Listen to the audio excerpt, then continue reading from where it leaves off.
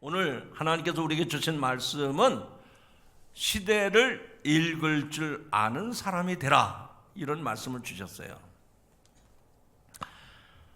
우리가 세상 살면서 이 상황 파악을 잘 하면 인생 나름대로 성공할 수가 있습니다. 그런데 상황 판단을 잘 못하면 항상 다른 사람의 뒤를 따라갈 수밖에 없어요.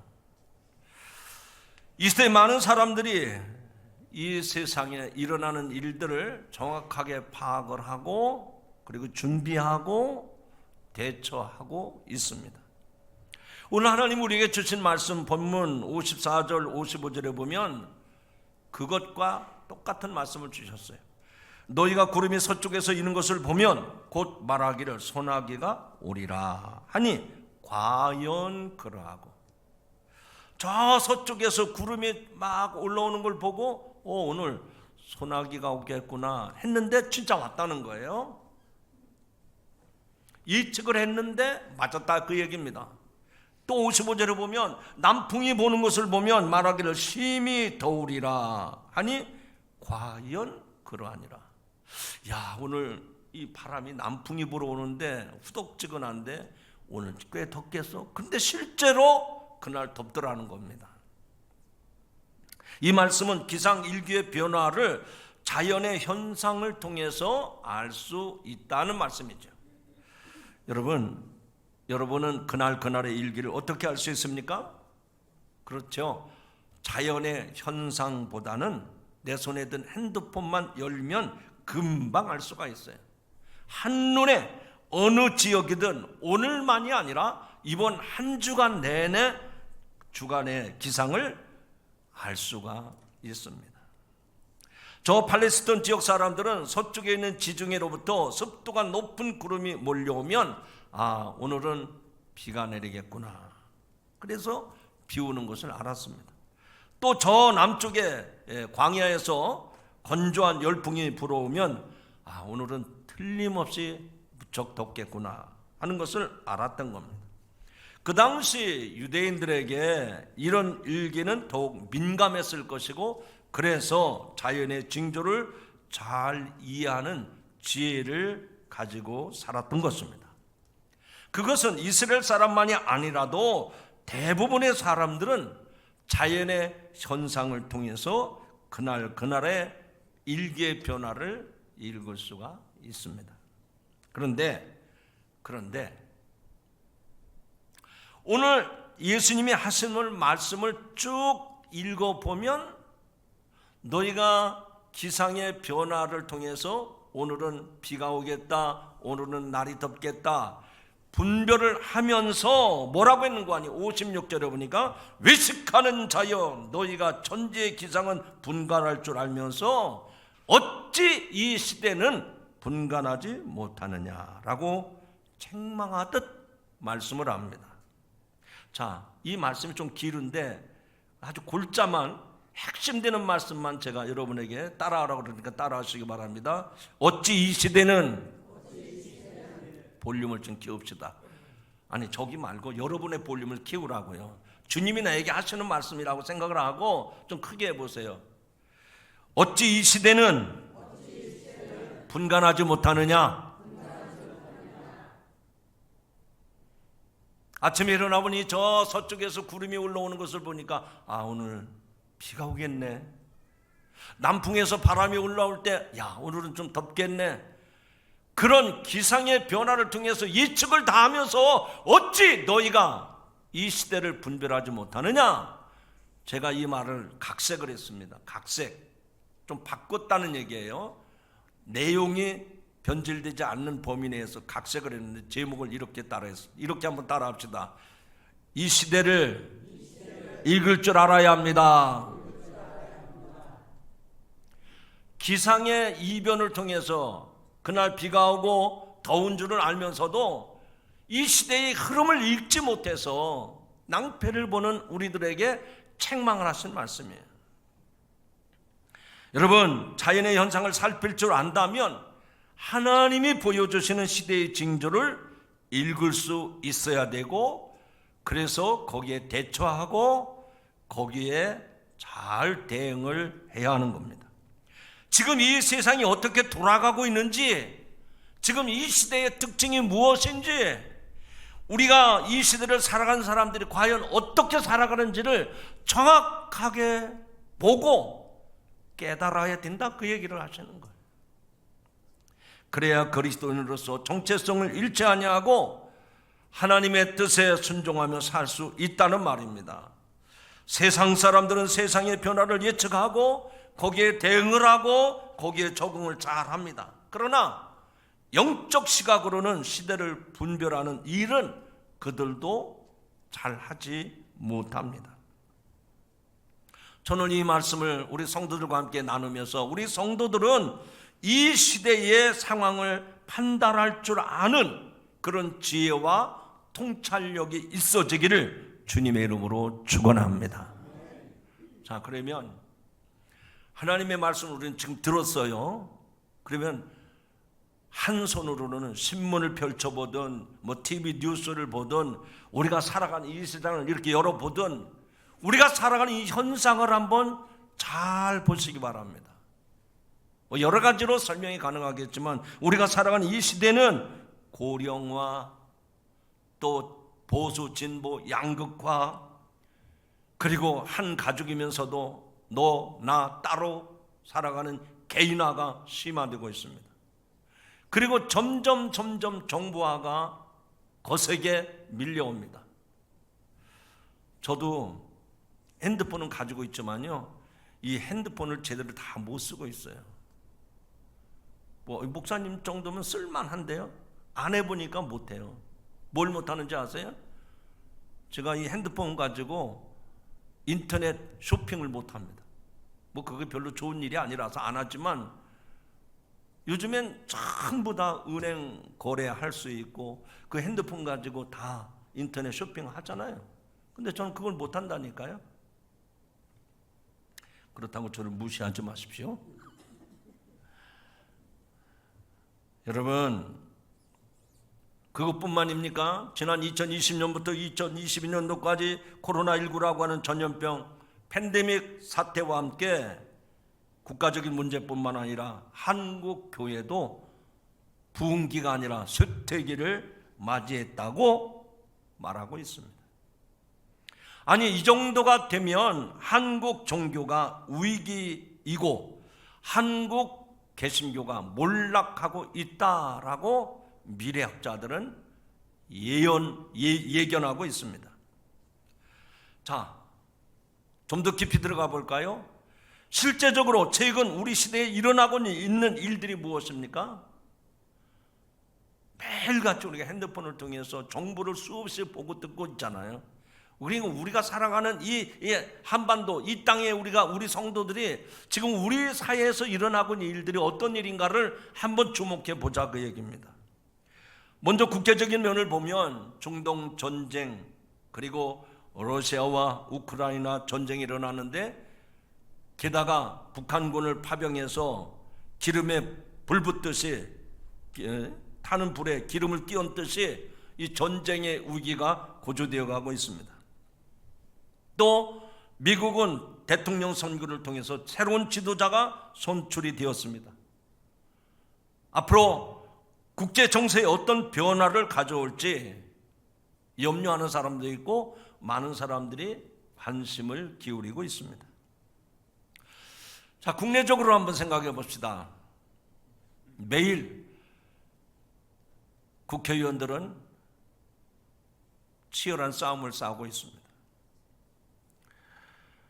지난 얼마 전에는 12.7 연합 예배가 서울 광화문에서, 시청 광장에서, 또 서울역까지, 그것뿐만 아니라 여의도까지 수많은 인파가 모여서 연합 예배를 드렸습니다.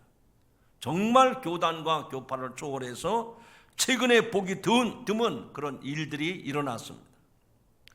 요즘 시대의 사람들을 광장으로 나오십시오 그렇게 해도 나오지 않습니다. 그만큼 모이는 것이 쉽지 않은 시대예요.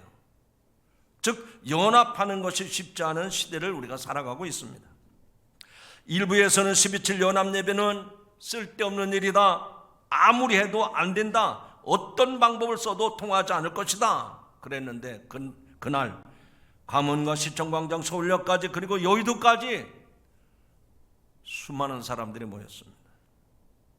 그날 모인 숫자도 이 방송계 쪽에서는 뭐라고 보도했어요? 여러분 그때 뉴스 들으셨습니까? 뭐 광화문뿐만 아니라 시청광장, 서울역까지, 을지로까지, 그리고 거기다 또 여의도까지 다 해도 20-30만 정도밖에 안 된다고 그랬어요. 근데 실제로는 110만 명이 모였습니다. 모이기 어려운 때예요. 이 중에도 가신 분이 계시지만 아예 뭐 거기까지 가야 되나? 그리고 접은 분들도 많아요. 그날 저녁 모든 방송에서 기독교인들이 왜 모였는지 보도하지 않았습니다. 다만 뉴스의 핵심은 뭔가 하니 오늘같이 좋은 날 서울광장에 기독교인들이 모여가지고 집회를 하는데 그들 때문에 차량 정체가 극심했다, 이게 그날 뉴스의 포인트예요. 여러분, 110만 명이 왜 모였어요? 꼭두가시 같은 사람들만 다 불러 모았을까요? 110만 명이 왜 모였을까요? 방송이나 이 보도하는 사람들은요, 그 팩트를 정확하게 보도를 해야 됩니다. 근데 그거는 다 숨겨놓고 그날 그냥 거리가 너무 꽉 차가지고 차 운전하는데 불편했다, 그게 보도였습니다. 우리가 모여서 이 나라와 우리의 미래 세대를 위해서 예배드리고 기도했습니다. 잘 아시는 것처럼 포괄적 차별금지법과 동성혼 합법화를 막으려고 교단장들이 선언문을 발표하고 거대한 영적 방파제를 쌓았던 것입니다. 할렐루야!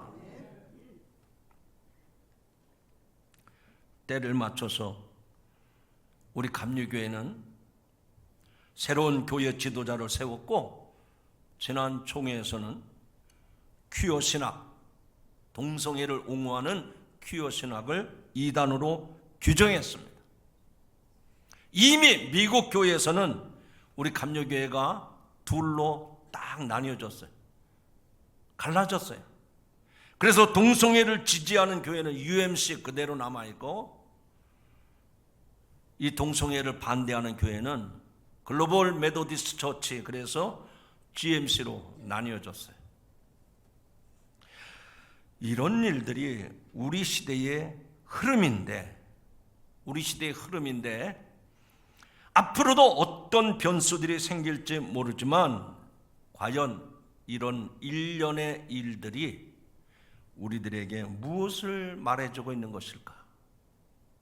한마디로 위기시대의 때를 분별할 줄 알아야 하는데, 그러기 위해서는 어떠해야 되는가? 이것이 오늘 말씀의 핵심입니다. 특별히 오늘 본문의 내용은 마태복음에도 나오지만, 너희가 천기는 분별할 줄 알면서 왜 시대를 분별할 줄 모르느냐? 그 말씀은 심판의 때가 가까웠다, 그 얘기예요. 본문의 핵심은 그겁니다. 그런데 그러면 심판의 때가 가까이 왔다는 것은 누구를 알아야 된다는 거예요? 예수 그리스도를 알아야 된다, 그 얘기입니다. 그러나 오늘 저와 여러분은 이 시대의 흐름을 읽을 줄 아는 사람들은 우리 그리스도인들이 되어야 되는데, 그러기 위해서는 우리가 어떤 생각, 어떤 가치관, 어떤 의식을 가지고 있어야 되느냐 하는 것을 말씀을 드립니다. 첫 번째로 시대의 흐름을 읽을 줄 아는 사람은요, 균형 감각이 있어야 됩니다. 한번 따라 합시다. 균형 감각이 있어야 합니다. 여러분, 우리가 살아가는 시대는 앞서서 말씀을 드린 것처럼 점점 좀 어렵다, 힘들다, 그런 얘기를 했잖아요. 그러니까 한마디로 정리하면 위기 시대입니다. 이런 위기 의식은 우리를 패배주의에 빠지게 만듭니다. 즉, 패배주의는 상황을 정확하게 보지 못하게 만듭니다. 이 패배주의는 우리에게 좋은 것이나 기회가 보이지 않게 만들고 부정적인 것만 자꾸 보이게 만들어서 상황을 정확하게 보지 못하게 하는, 그러니까 상황을 오판하게 만드는 겁니다. 그 예를 성경을 통해서 말씀드립니다. 민수기 13장에 보면 모세는 12명의 정탐꾼을 가나안 땅에 보냅니다. 그런데 패배주의에 익숙했던 10명의 정탐꾼의 눈에는 부정적인 것만 보입니다. 그래서 그 10명은 그 상황을 오판한 거예요. 그들은 헛된 것을 본 겁니다. 실제로 가나안 주민들은 이스라엘 백성보다 크고 건장했고 그들은 철제 무기까지 가지고도 있었습니다. 그런데 이 10명의 정탐꾼들은 패배주의 의식 때문에 자기들에게 주어진 기회와 희망이 실제보다 작아 보였던 겁니다. 그래서 위기와 부정적인 면은 실제보다 크게 보였기 때문에 가면 죽는다, 가면 우리는 그들의 밥이 될 수밖에 없다라고 판단을 한 겁니다. 그 결과 상황 판단이 틀려버리니까 해석도 잘못되고 평가도 왜곡될 수밖에 없었습니다. 사랑하는 성도 여러분, 하나님은 우리가 말하는 것이 실제가 되게 하시는 하나님이심을 믿으십니까? 제가 다시 물어볼게요. 내 마음에서 생각된 것이 입으로 표현이 되잖아요. 그 내가 말한 것을 하나님의 실제가 되게 하심을 믿으시는 분은 아멘 하시기 바랍니다. 바꿔 말합니다. 된다, 할 수 있다, 하면 된다, 그렇게 말하는 사람은요, 그때 그대로 이루어집니다. 물론 시간의 차이를 두고 나중에 이루어지는 경우도 있어요. 하나님이 보실 때 영 아니다 싶으면 그것을 거두어 버리십니다. 그런데 그것도 사실은 응답이에요. 그러니까 무슨 얘기인가 하니, 성경에서 가르치는 메시지의 핵심 문과 하니 내가 입으로 고백하는 대로 시인하는 대로 되게 하시는 분이 하나님이심을 믿으시기 바랍니다. 안 된다고 내가 믿으면 내 믿음대로 안 되는 거예요. 난 목사님이 아무리 은혜스러운 설교, 은쟁반에 옷구슬 굴러가는 그냥 아름다운 메시지를 전해도 나는 죽어도 아멘 안 해. 내가 어떤 사람인데, 이런 사람들에게는요, 은혜가 가다가도 어휴, 이 사람은 무서운 사람이네, 그리고 피해 간다니까요. 그런데 어린아이처럼 오늘 말씀 들어보니 성경 말씀이로구나, 그 말씀이 살아있는 말씀이로구나, 믿는 사람은 그 믿음 그대로 되는 거예요.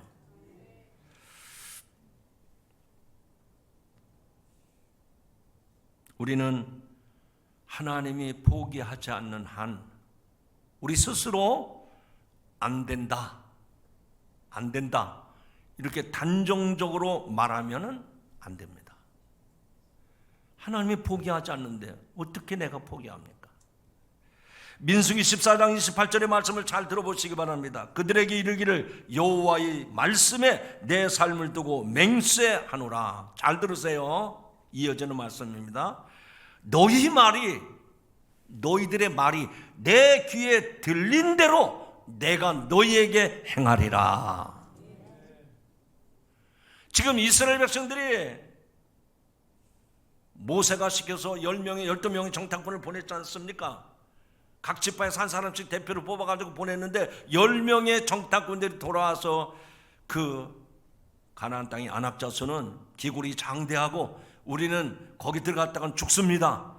그들은 철 연장의 무기를 가졌습니다. 죽습니다. 가면 안 됩니다. 그렇게 말한 대로, 너희가 내게 말한 대로 내가 행하리라 라고 성경이 말씀하고 있어요. 12명의 정탐꾼을 가나안 땅에 보냈을 때 그 현실을 보고 겁먹을 수밖에 없었습니다. 그러나 미래를 하나님이 약속해 주셨는데, 하나님이 약속해 주신 땅이에요. 그 땅을 약속해 주신 땅이에요. 그런데 자기들의 생각과 자기들의 판단만 가지고 가면 죽습니다, 이렇게 단정적으로 말하는 것은 하나님의 능력을, 하나님의 실존을 인정하지 않는 사람이에요. 그런 사람들에게는 기적, 축복, 은혜 이런 거 없습니다. 믿음이라는 게 뭐예요?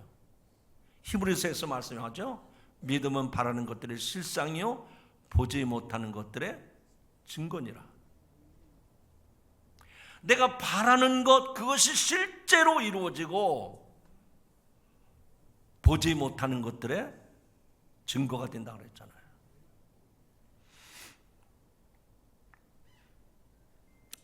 여러분, 오늘 저와 여러분이 이 세상을 살아가면서 내 앞에 힘들고 어렵고 불가능한 것 같고 그래도 부정적으로 보시면 안 됩니다. 내가 볼 땐 힘든 것 같지만 하나님은 얼마든지 가하게 하시는 분임을 믿으시기 바랍니다. 그러나 그렇다고 해서 무조건 긍정적으로만 봐도 안 됩니다. 밑도 끝도 없이 무조건 주여 믿습니다. 이것도 잘못된 거예요. 그러면 어떻게 될까요? 제가 드린 말씀의 핵심은 우리가 이 세상을 살면서 한쪽으로 치우치면 안 되고 내가 지금 이 문제에 대해서 정확하게 볼 줄 아는, 한쪽으로 치우치지 아니하고 잘 볼 줄 아는 균형 감각을 가져야 된다는 걸 말씀을 드리는 겁니다. 그러면 우리가 어떻게 봐야 될까요? 사실 우리들의 삶을 이렇게 지금까지 뒤돌아보면 긍정적인 이렇게 균형 감각을 가지고 본 것보다는 대부분 한쪽으로 치우쳐서 봤어요. 내 지식, 내 경험 이런 것 가지고 한쪽으로 이건 가능성이 있다, 이건 안 된다. 그래서 저 거의 대부분 한쪽으로 일방적으로 보고 살아왔습니다. 그러면 우리는 이 말씀에 의해서 이 시대를 어떻게 보아야 될까요? 우리는 부정도 아니고 긍정도 아닌 균형 감각을 가지고 객관적으로 보는 눈이 필요합니다. 달리 말하면 균형 감각을 가지고 보아야 된다는 얘기입니다. 12명 정탐꾼 가운데 여호수아와 갈렙은 상황을 인식하는데 객관적이고 균형 감각을 가지고 그 사실을 보았습니다. 어떻게 그 상황을 대처할 것인가에 대한 긍정적인 사고, 믿음의 사고를 가졌던 것입니다. 그래서 10명이 다 안 된다 반대했어도 이 사람들은 균형 감각을 가지고 객관적으로 보고 현실은 어렵지만 하나님이 약속하셨기 때문에, 하나님이 우리에게 약속하신 땅이기 때문에 하나님이 함께 하실 것입니다. 이게 균형 감각이에요. 이게 객관적인 판단입니다. 자, 그러면 오늘 이 말씀을 통해서 우리는 시대를 읽을 줄 아는 사람은요, 한쪽에 치우치는 것이 아니라 객관적인 시각을 가지고 균형 감각을 가지고 매사를 볼 수 있는 저와 여러분 되기를 주님의 이름으로 축원합니다.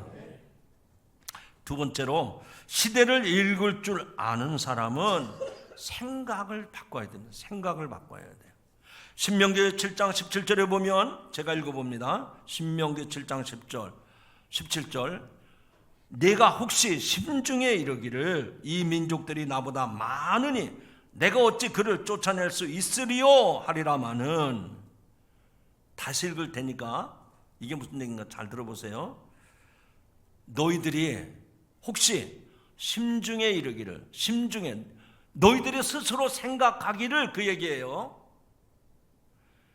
너희들이 스스로 마음에 생각하기를 이 가나안 땅에 들어가면 이 가나안 족속들이 있는데 이 민족들이 나보다 많으니 내가 어찌 그들을 쫓아낼 수 있으리요? 내 힘으로는 도저히 그들을 물리칠 수가 없습니다. 안 됩니다. 가봤자 죽습니다. 이게 다 무슨 생각이에요? 부정적인 생각입니다. 해보지도 않고 가보지도 않고 맞닥뜨리지도 아니하고 무조건 부정적인 생각을 하는 거예요. 그런데 이어지는 말씀입니다. 18절 말씀, 그들을 두려워하지 말고 네 하나님 여호와께서 바로와 애굽에 행하신 것을 잘 기억하되, 지난날 당신들이 애굽에 종살이 할 때 바로가 그들을 막 징치하고 얼마나 고통스럽게 했습니까? 그런데 하나님께서 그들을 애굽 땅에서 끌어냈지 않습니까? 바로를 항복시켰지 않았습니까? 그것들을 너희들이 기억하라는 거예요. 그리고 19절 말씀입니다. 네 하나님 여호와께서 너를 인도하여 내실 때에 내가 본 큰 시험과 이적과 기사와 강한 손과 편팔을 기억하라. 지금부터 따라합시다. 네 하나님 여호와께서 네가 두려워하는 모든 민족에게 그와 같이 행하실 것이요, 내가 너희들을 애굽에서 이끌어냈지 않느냐? 내가 바로를 항복시켰지 않았느냐? 내가 강한 팔로 너희들을 안았기 때문에 너희가 홍해바다를 마른 땅같이 건너지 않았느냐? 그러므로 지금도 너희들이 가나안 땅을 앞에 보고 두려워하고 있는데 내가 지난날 행한 것 같이 지금도 너희에게 행하리라. 여러분, 과연 우리들의 생각이 바뀔 수 있을까요? 하나님의 일하시는 방법을 되새겨 보면, 아, 내가 이거 잘못 생각한 거로구나. 내가 너무너무 무지했구나. 내가 너무 교만했구나 하는 것을 알 수 있어요. 그래서 생각이 바뀌어질 수가 있어요. 하나님은 어떻게 일하십니까? 성경에 하나님이 일하시는 방법이 구약부터 신약까지 처음부터 끝까지 계속 하나님이 일하시는 방법이 나와요. 그 중에 한 가지 예를 들어봅니다. 창세기 41장에 보면 요셉의 이야기가 나오는데, 거기에 보면 애굽과 바로가 이제 꿈을 꾸었습니다. 흉하고 파리한 7 암소가 살찐 암소 7마리를 잡아먹습니다. 가늘고 통풍이 마른 7 이삭이 무성하고 충신한 7 이삭을 삼켜버렸습니다. 이 바로의 꿈은 그야말로 일생에 한 번 꿀까 말까 하는 불길한 꿈이었습니다. 그런데 그때 요셉은 바로가 꿈꾼 내용이 무엇인지 급히 알아내야만 했습니다. 바로의 마음에 번민이 휩싸였습니다. 왕궁의 정세가 급박하게 돌아갑니다. 바로 왕의 꿈 하나로 순식간에 만들어진 사건입니다. 이것은 우리들에게 무엇을 대변해 줍니까? 하나님은 한순간에 이 바로의 꿈을 해석함으로 거대한 변화를 이루어내는 요셉의 사건을 우리들에게 보여주는 겁니다. 그러므로 저와 여러분이 해야 될 일은, 우리가 지금까지 고정관념, 잘못된 경험 이런 것들을 내놓으면 내 생각이 딱딱하게 굳어져 있어요. 그런데 하나님이 하시는 일을 보고, 아, 하나님은 이 난공불락과 같은, 아니면 아주 그냥 딱딱하게 굳어버린 화석과 같은 우리의 삶을 한순간이라도 바꿀 수 있구나, 얼마든지 하나님은 바꿀 수 있구나, 이것을 깨달으시기를 주님의 이름으로 축원합니다. 그러므로 우리가 해야 할 일은, 내가 언제부터 그런 생각에 짓눌려 살았지? 내가 언제부터 그렇게 부정적인 생각에 안 된다고 하는 그런 잘못된 사고에 매여 있었지? 어디서부터 우리가 잘못되었는지를 생각하는 겁니다. 즉, 생각을 바꾸는 일은 회개하는 데서부터 시작되는 거예요. 아, 내가 미련했구나, 내가 교만했구나, 내가 하나님을 무시했구나. 이게 다 뭔 내용이에요? 회개하는 겁니다. 회개하는 거예요. 요한계시록 2장 5절의 말씀입니다. 그러므로 어디서 떨어졌는지를 생각하여 생각하고 회개하여 처음 행위를 가지라. 만일 그리하지 아니하고 회개하지 아니하면 내가 네게 가서 네 촛대를 그 자리에서 옮기리라. 여기 말씀 가운데 포인트는 뭔가 아니에요. 촛대를 옮긴다 그 얘기가 아니에요. 너희가 어디서 떨어졌는지, 너희가 신앙생활을 하면서도 하나님 말씀은 제쳐놓고 내 열정, 내 지식, 내 경험, 내가 옳다고 믿는 가치관, 이런 것이 언제부터 너희 안에 자리 잡고 있었는지 그것을 깨우치라. 그냥 한마디로 말하면 내가 회개하지 않는 한 우리의 삶에는 변화가 올 수 없다는 말씀입니다. 사실 우리가 생각을 바꾸는 일은 그렇게 쉽지 않습니다. 그러나 어떻게 하겠습니까? 잘못한 버스는 가만히 앉아 있으면 안 돼요. 지금이라도 내려달라고 그러고 바꿔 타야 되는 것처럼 내가 지금까지 인생을 잘 살아온 것 같지만 잘못 생각한 겁니다. 고집을 부렸던 겁니다. 하나님을 무시했던 겁니다. 그렇다면 지금이라도 하나님 앞에 무릎을 꿇고 주님, 나를 용서해 주세요. 제가 무지했습니다. 제가 교만했습니다. 제 생각이 옳은 줄 알았습니다. 여러분의 입술로 고백하고 믿음으로 결단할 때 하나님은 여러분을 들어서 새 시대의 주인공으로 삼으실 줄로 믿습니다. 그러므로 시대를 읽을 줄 아는 사람은 생각을 바꿔야 돼요. 내 고정관념을 바꿔야 됩니다. 어떻게 바꿔야 돼요? 성경적인 사고로. 그 이야기는 회개하는 자리로 들어가야 된다는 얘기입니다. 마지막 세 번째입니다. 시대를 읽을 줄 아는 사람은 기도하는 사람입니다. 따라합시다. 기도하는 사람이 시대를 분별할 줄 압니다. 여러분, 기도하는 사람은 어떤 사람일까요? 여러 가지로 설명이 가능하지만 그렇습니다. 하나님의 영에 감동된 사람이 기도하는 사람입니다. 기도하면 하나님이 일하십니다. 그리고 하나님이 일하시면 시행착오가 없습니다. 하나님의 일에는 정확합니다. 완벽합니다. 실패가 없습니다. 하나님이 일하시면 쉽습니다. 그리고 그런 일들은 얼마든지 한순간에 일어날 수 있어요. 가나온 잔치집에 물이 변화해 포도주가 되는데 한 열흘 동안 숙성시켜서 물이 변화해 포도주가 됐습니까? 아니었어요. 물을 떠다가 가져가는 그 순간에 변화가 일어났어요.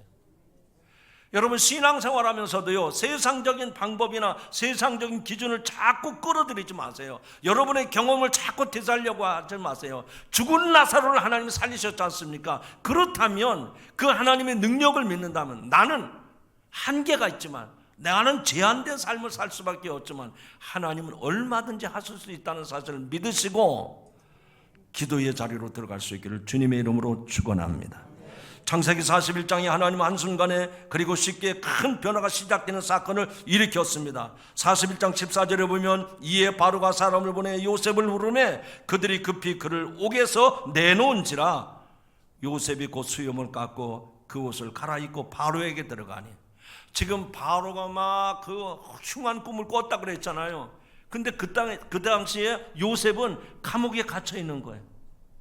근데 하나님이 기가 막히게 죄수 요셉을 딱 꺼내가지고 자기의 꿈 얘기를 하고 그 요셉이 그 꿈 해몽을 합니다. 여러분, 하나님은 거대한 변화의 물결을 어떻게 만들어야 하는지 가장 정확하게 아시는 분이 있습니다. 그리고 어느 때의 지렛대를 어느 지점에 놓아야 하는지를 가장 잘 아시는 분이 있어요. 누구의 마음을 움직여야 되는지, 어떤 사건을 일으켜야 되는지, 어디를 흔들어야 거대한 변화가 오는지를 알고 계시는 분이 우리 하나님이신 줄로 믿습니다. 우리들은 그걸 모르니까 불안해요. 조바심이 생겨요. 기도하다가도 금방 쉽게 포기합니다. 그러나 하나님의 영에 붙잡혀 기도하는 사람은요, 내 현실에 대해서 일희일비하지 않습니다. 아, 하나님이 정하신 때가 있구나. 몇 달 전에 지방교육제를 하는데 그 교회에 모였는데 그게 담임 목사님이 이제 교회를 개척해서 막 하는데 10년을 해도 교회가 부흥이 안 돼. 그러니까 목회를 해야 될지 말아야 될지, 왜 그렇게 힘들어요? 목회가 이런 겁니까? 그냥 설교하는데 그런 얘기만 계속 하는 거예요. 모든 목사님들이 다 고개를 숙이고, 마지막에 감리사님이 그 얘기 하시더라고요. 목사님들, 우리가 현실만 바라보면 이 무거운 짐에 눌려가지고 힘을 못 쓰고 그냥 포기하고 낙심하고 절망할 때가 있습니다. 그러나 낙심하지 마십시오. 하나님의 정한 때가 있습니다. 그때까지 참으세요. 그때까지 인내하십시오. 그때까지 무릎을 꿇으십시오. 그 말씀이 큰 울림이 되었어요. 하나님은 당신의 시간에 그리고 당신이 정한 때에 우리를 인도하십니다. 정말 하나님을 믿는다면 우리의 현실이, 우리의 지금 상황이 점점 깊어져 가고 어려워져도 포기하지 말고 하나님의 때를 기다리며 기도할 줄 아는 여러분들이 되시기를 주님의 이름으로 축원합니다. 이제 말씀을 정리합니다. 우리가 사는 이 시대에 세상 사람들은 교회를 향해서 손가락질하고 예수 믿는 사람을 돌아서서 뒷담화를 하고 얼마나 우리들이 불편한지 몰라요. 한마디로 힘들고 괴롭고 고통스러워요. 그러나 우리는 지금에 일어나는 모든 시대의 변화를 읽을 수 있어야 됩니다. 그 흐름을 볼 줄 알아야 돼요. 그러기 위해서는 어떻게 하라고요? 첫째는 한쪽으로 치우치지 말아라. 균형 감각을 갖고 객관적으로 우리의 현실을 보자 하는 얘기입니다. 두 번째는 안 된다, 못한다, 부정적으로 생각하지 말고 긍정적으로 여러분의 생각을 바꾸세요. 성경적인 생각, 히브리적인 사고를 가지고 믿음의 눈을 가지고 성경을 보십시오. 그러면 하나님이 그 시대마다 그런 사람을 붙잡아서 쓰십니다. 마지막으로 중요한 것은 하나님의 때가 있습니다. 그때까지 무릎을 꿇는 거예요. 기도하는 겁니다. 그래서 오늘 우리들에게 가장 절실한 것은 하나님 앞에 엎드려 기도하는 것. 이것이 시대의 흐름을 읽을 줄 알고 거기에 대처하고 거기에 우리가 승리를 할 수 있는 겁니다. 저는 여러분들에게 이렇게 도전을 합니다. 여러분, 문제가 있을 때 기도해 보셨나요? 그리고 시간이 지나서 여러분이 기도한 것이 그 후에 어떻게 되었었습니까? 그 당시는 알 수가 없었어요. 이해가 안 됐습니다. 아무리 부르짖어도 하나님이 아무런 말씀을 안 하신 것 같았어요. 근데 시간이 지나서 이제와 보니 그것도 하나님의 응답이었고 그것 또한 하나님의 은혜였음을 우리는 깨닫습니다. 그렇습니다. 오늘 말씀을 통해서 시대를 읽을 줄 아는 사람은 균형 감각을 갖고 하나님이 주신 좋은 긍정적인 생각을 가지고 하나님의 무릎 꿇을 때 여러분을 통해서 이 시대에 하나님의 사람으로 세워지기를 주님의 이름으로 축원합니다. 하나님 감사합니다. 오늘도 우리가 이 세상을 살아가면서 세상의 변화, 세상의 급변하는 모습들을 보며 때로는 낙심하기도 하고 때로는 좌충우돌할 때가 많았습니다. 그러나 예수님이 하신 말씀을 통해서 시대를 분별하는 사람은, 시대의 흐름을 아는 사람은 치우치지 않는다고 했습니다. 그리고 부정적인 생각을 갖지 않습니다. 그리고 하나님 앞에 엎드리는 것이라고 했습니다.